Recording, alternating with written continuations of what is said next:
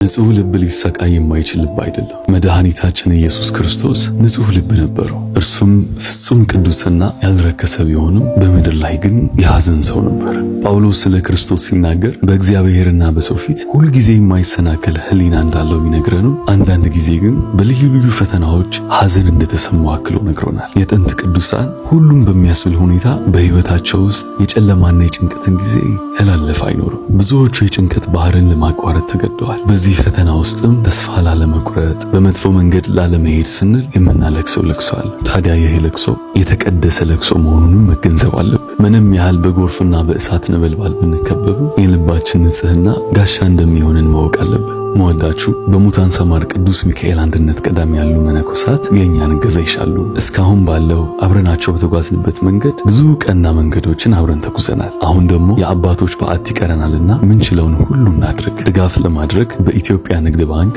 1044 2598 391 አቢሲኒያ ባንክ 1410 294 44